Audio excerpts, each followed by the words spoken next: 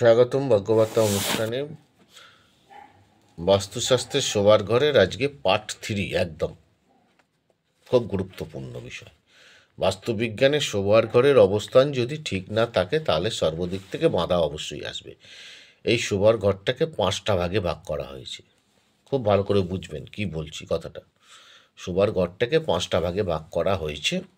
প্রথমটা হচ্ছে বাড়ির কর্তা গিন্নি, দ্বিতীয় হচ্ছে পুত্র বা কন্যার ঘর, তৃতীয় অতিথি নিবাস, চতুর্থ হচ্ছে নবদম্পতির শয়নকক্ষ, 5 নম্বর হচ্ছে পরিচারিকার শয়নকক্ষ। 1/3 আমরা ঘুমিয়ে কাটাই। 24 ঘন্টার মধ্যে 8 ঘন্টা আমরা ঘুমিয়ে কাটাই, অনেকে 7 ঘন্টাও কাটায়, সেটা কথা না। যদি আমাদের ঘুমটা ঠিকঠাক না হয় তাহলে আমাদের শরীর ঠিক থাকবে না, মনের দিক থেকেও আমরা কমজোরি হয়ে পড়ব, শারীরিক দিক থেকেও কর্ম ক্ষমতা হারিয়ে ফেলব, বিভিন্ন রোগের সৃষ্টি হবে। আবার মন ভালো থাকলে যে কোনো কাজে আমাদের উৎসাহটা বাড়বে। আজকের বিষয়বস্তু যেটা হচ্ছে, আমি কর্তা গিন্নির শয়নকক্ষ বলে দিয়েছি, নবদম্পতির শয়নকক্ষ। আমাদের পুত্র বা কন্যার বিবাহের পর আমরা সকলে চাই তারা যেন সুখে স্বাচ্ছন্দ্যে সংসার করে, পরিবারের সকলকে মানিয়ে নিয়ে স্বামী স্ত্রীর মধ্যে বোঝাপড়া ঠিকঠাক, তারপরে সন্তান সন্ততি প্রতিবেশীর সাথে যেন সুসম্পর্ক থাকে এবং এদের কর্মের জায়গা যেন ঠিকঠাক থাকে, অর্থ যেন ঘরে দাঁড়ায়, যেন সুসন্তান হয়, শারীরিক দিক থেকে ঠিক থাকে।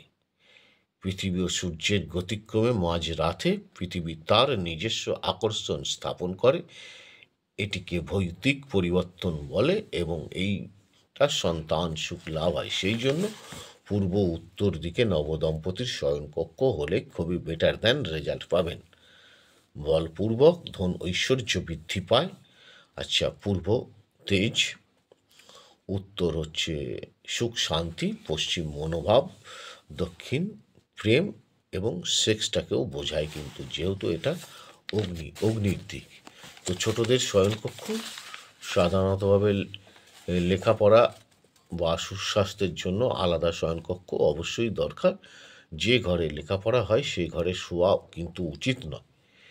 শোবার ঘরটা আর এডুকেশন ঘরটা আলাদা করতে হয়, যেহেতু আমাদের অর্থনৈতিক প্রবলেম, সেহেতু অনেক সময় করে হওয়া ওঠে না যে আলাদাভাবে ঘর, পড়ার ঘর। সেক্ষেত্রে আমাদের সন্তানরা ওই বারান্দায় বা ঘরেই পড়তে হয়। সেক্ষেত্রে একটু চেষ্টা করবেন যদি এডুকেশন কক্ষটা আলাদা করা যায়। যদি সম্ভব না হয় তাহলে তার কিছু বলার নেই। যদি আয়ত্তের বাইরে চলে যায় আলাদা ব্যবস্থা নিতে হবে। বায়ুকোণে বানালে খুব ভালো হয়, বায়ুকোণে অতিথি নিবাস করলে খুব ভালো হয়। বাচ্চাদেরটাও শয়নকক্ষটা বায়ুকোণেও বানানো যেতে পারে, বল বুদ্ধি সাহস প্রদান করে। পশ্চিম দিকের মাঝখানেও বানানো যেতে পারে। আজকের বাস্তুশাস্ত্রের নবদম্পতি, ছোটদের শয়নকক্ষ, অতিথি শয়নকক্ষ সম্বন্ধে আপনাদের জানালাম। যারা অনুষ্ঠানগুলো দেখছেন শুনছেন, নিজেদের প্রতি নজর রাখুন, ভালো থাকুন। ঈশ্বর আপনাদের সকলকে ভালো রাখুক, আপনারাও অন্যদেরকে ভালো রাখার চেষ্টা করুন।